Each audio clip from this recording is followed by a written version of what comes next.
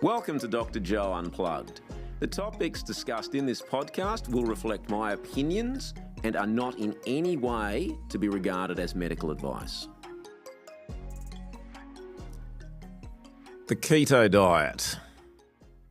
It's been a bit controversial over the years for reasons that some people don't quite understand. I've got a little bit of an inkling as to why it's been controversial, and we will touch on that. But interesting piece here, and again, we'll put the link in the description.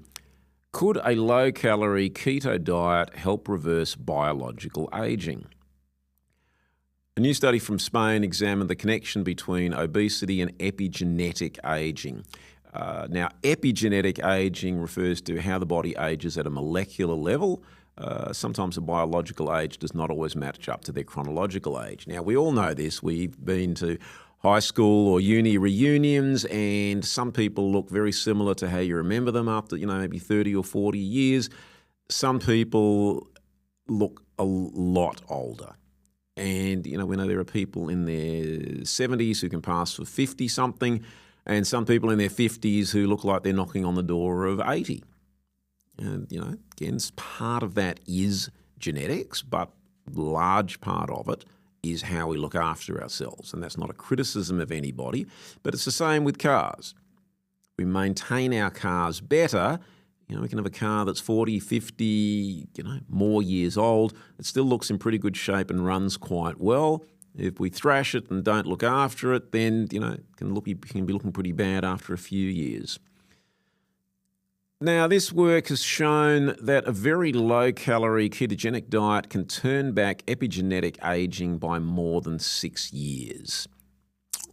Again, all of this work is a little bit of a function of who's been studied. But we do know, obviously, that the rates of overweight and obesity have increased significantly over the last 40 to 45 years. And we've spoken about this a few times before on the podcast. And the reason for this increase has been the introduction of the food pyramid and the low-fat dietary guidelines. And hopefully, with Bobby Kennedy Jr. as Health and Human Services Secretary, and Jay Bhattacharya as the new head of the NIH, and Jay Bhattacharya has committed himself to good science, as in not believe the science. He's talking about reproducible science. It's not just we've done a study on 8 of our mates and we found something. It actually has to be reproduced, because if it cannot be reproduced and cannot be verified, then it is no use. Unfortunately, a large amount of medical research is never verified or reproduced. So this study shows that people on a low-calorie keto diet for 180 days, again, had an epigenetic age of 6 years lower than when they started. Now, that's 6 months, which is good, and it means that people have stuck to it. Again, keto diets are less than 50 grams of carbohydrate per day. That's quite strict, and not everybody is going to be suited to that, and not everybody is going to be able to stick with that.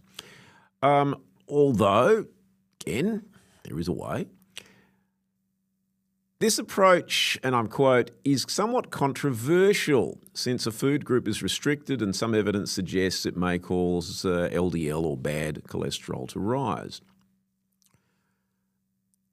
But really, if epigenetic biological aging markers, and again, the validity of these markers will be something that people will argue about, but we do know, and there's been a lot of work that shows that caloric restriction is associated with longevity, and this includes, rodent studies as well as studies on humans. It's one of the simplest things we can do, in theory. In practice, look around you, maybe it's not so easy to do, but again, we all have choices to make. But it's conceptually simple. It says that if we reduce our calorie intake, and it needs to be to a level that's appropriate or applicable for the individual, then if we are overweight, then we will reduce that weight, and at some point we reach a plateau and we don't need to lose any more weight. We can take these things too far. obviously.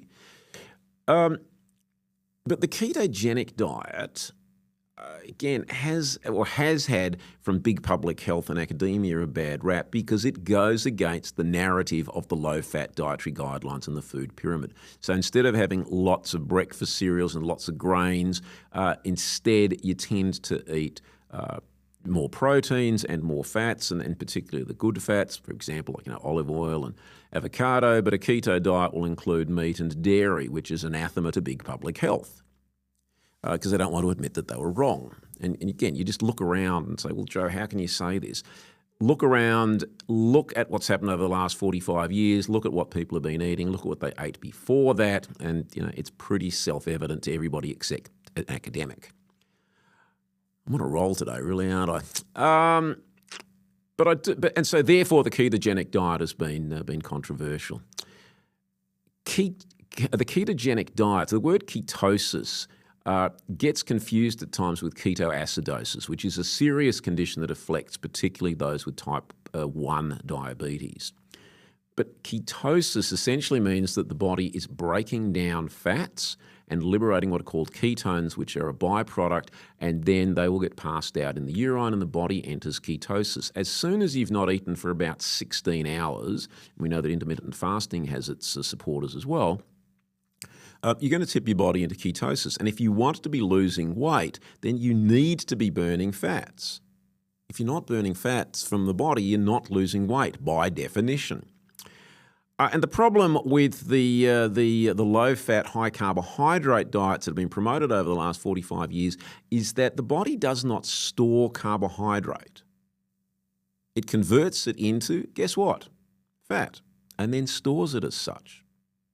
And also, calories that come in from carbohydrates, so again, we're talking about a lot of processed packaged foods, but grain-based foods. And again, there is a role for carbs, not saying there isn't, but what happens is that in response to glucose entering the bloodstream, the body releases insulin, and insulin tips the body into fat storage mode. So you've done what the experts have told you. You've had your toast and breakfast cereal, and then you go off to the gym in the middle of the day, and you've done everything, and you find you're not losing weight because your body is in fat storage rather than fat burning mode. As soon as you've turned off the insulin system, and when you have, for example, eggs and some spinach for breakfast instead of toast and breakfast cereal, you're not tipping your body into fat storage mode. You're more likely to stay in fat burning mode. And interestingly, people who have, through their own, investigations and their own travels, stumbled upon some form of low-carb diet. And that includes keto, it includes banting, it includes paleo, it includes the South Beach diet. The Atkins obviously was the doyen of all of these. There are a whole host of them, and please, nothing is suitable for everybody in all circumstances, right? We're all different. But a lot of these people have tried everything, and then they stumble across it by themselves and find that they lose weight. And often these people do get quite zealous, and that's understandable, but unfortunate because nobody really likes sort of zealots. But the reason people get so passionate is because they've succeeded where previously they've failed. For most of human history, human beings have eaten what they could gather and what they could catch. And typically we could gather a little bit more than we could catch. But we ate what used to run around or swim or move somewhere and what grew in the ground. And that includes fruits. And yes, there's obviously sugar in fruits, but we're not, people aren't going to eat 4 or 5 apples at a time, but you can drink a glass of apple juice, which has got the sugars from 4 or 5 apples. And people did quite well on that diet. Now, immediately the argument comes, oh, well, we didn't live so long, 100 and 200 and 500 years ago. No, we didn't. But it wasn't because of cancer or heart disease or type 2 diabetes. These are the more modern afflictions. And those are modern afflictions, and a large part of it, not solely, but a large part of it is related to our diets, which have changed enormously in 2 generations. So therefore, we really just want to and need to get back to the basics, which is eating, and we've touched on this before, whole, W-H-O-L-E foods, foods that, until not that long ago were either running around or moving somewhere or growing in the ground. Foods that if you don't eat them or freeze them would have to be thrown out in the next week or so. So we're not talking about highly processed foods. Not talking about foods that you can put on the shelf and eat in 2 or 3 years' time. These foods don't have any real sort of life force about them. Now, look, it's the 21st century. Can we absolutely, totally eliminate processed and packaged foods? Look, maybe some people can, and good on them if they can do so. Most of us probably can't, and if we're minimising it, so it's probably less than 20% of what we're eating, then that's fine. Again, each person needs to find what works for them. But if we think about how, and this is going to depend on your age, how your parents, grandparents, or great-grandparents ate, it's probably a useful start point.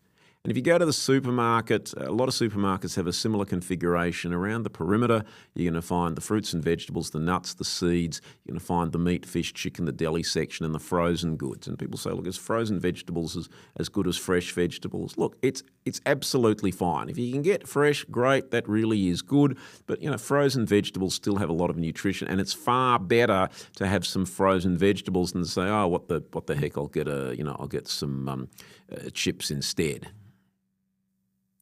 So we can all, make some changes to our diets if we need to. As individuals, it is us that are responsible for what we put into our mouths, and with children, it's the parents or guardian that are responsible.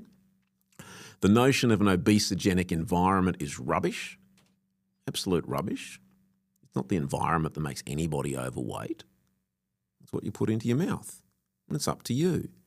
It is the individual who has the capacity to make decisions and has the capacity to make changes. So should we all, in my opinion, be taking in less processed packaged foods and cutting down our carbohydrate intake?